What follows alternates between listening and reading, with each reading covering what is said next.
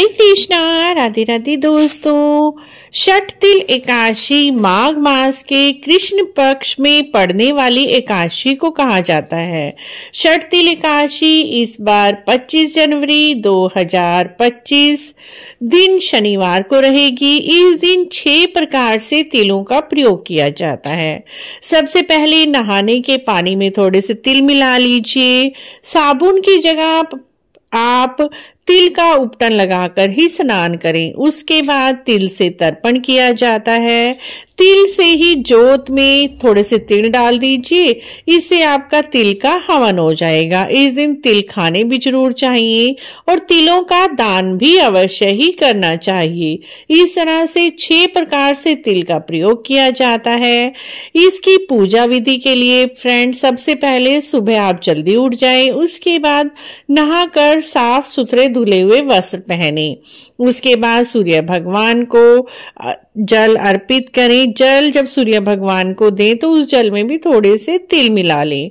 इसे ही तिल से तर्पण बोला जाता है। उसके बाद भगवान के सामने देसी घी का दीपक जलाएं। दीपक के अंदर थोड़े से तिल डाल लें, जिससे तिल का आपका एक छोटा सा हवन भी हो जाएगा। उसके बाद भगवान का बढ़िया सुंदर श्रृंगार करें। विष्णु भगवान जी के मंत्रों का जाप करें।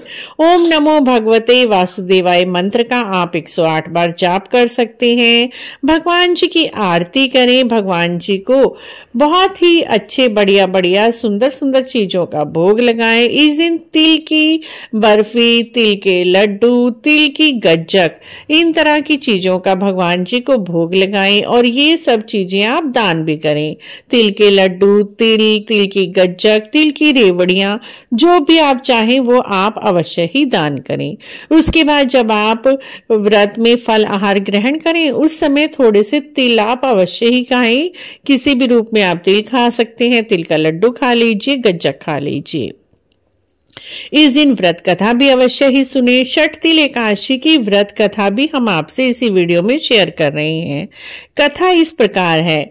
एक समय की बात है, एक ब्राह्मणी थी। वह बहुत ही पूजा पाठ व्रत नियम से किया करती थी। हर एकादशी का व्रत करती, बड़ी ही भक्ति भाव से भगवान विष्णु जी की पूजा करती थी। उसने अपने जीवन में हर तरह का कार्य किया, लेकिन उसने अपने जीवन में कभी भी अन्न का दान नहीं किया। एक बार भगवान विष्णु भिखारी का रूप धारण करके बुढ़िया के पास आए और भिक्षा मांगी, लेकिन ब्राह्मणी जो कि बहुत ही कंजूस थी, उसने दान नहीं किया, बल्कि अपने पास पड़े हुए एक मिट्टी के डले को उठाकर भिक्षा पात्र में डाल दिया। भगवान विष्णु उसी मिट्टी के डले को लेकर अंतर्ध्यान हो गए। कुछ समय बाद बुढ़िया माई का स्वर्गवास हो गया।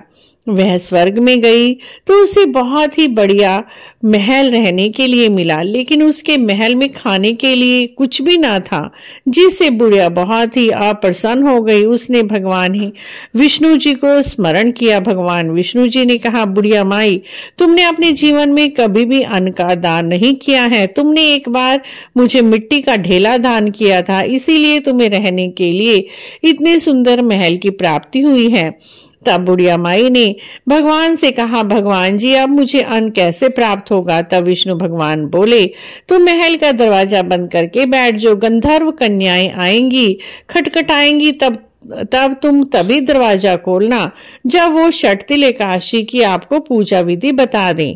गंधर्व कन्याएं आई, बुढ़िया के महल का दरवाजा खटखटाया। बुढ़िया ने कहा, मैं दरवाजा तभी खोलूंगी जब आप मुझे छठ तिल एकादशी की पूजा विधि बताएंगे। तब गंधर्व कन्याओं ने उन्हें छठ तिल एकादशी की पूजा विधि बताई और कहा, इस दिन तुम तिल से ही स्नान करना, तिल का दान करना, तिल खाना, इससे तुम्हें सब प्रकार के सुखों की प्राप्ति होगी। बुढ़िया माई ने 6 प्रकार से तिलों का दान किया। नहाने के पानी में तिल डाले, तिल का उपटन लगाया, तिल से तर्पण किया, तिल से हवन किया, तिल का दान किया और तिल ही खाए। इस तरह से 6 प्रकार से तिल का प्रयोग करने से बुढ़िया माई एक खूबसूरत स्त्री बन गई। अप्सरा जैसा रूप उन्होंने प्राप्त किया और उनके महल में सभी तरह के खाने पीने की सुविधाएं भी होगी। अब तो बुढ़िया माई हर माघ माह के कृष्ण पक्ष की तिल एकादशी का व्रत करती और तिल का दान करती। इस तरह से मित्रों, तिल दान करने से जीवन में सभी सुख मिलते हैं और इस लोक और परलोक दोनों में सुखों की प्राप्ति होती है। तिल का इस दिन 6 प्रकार से प्रयोग करना चाहिए, व्रत करना चाहिए और व्रत कथा अवश्य ही सुननी चाहिए।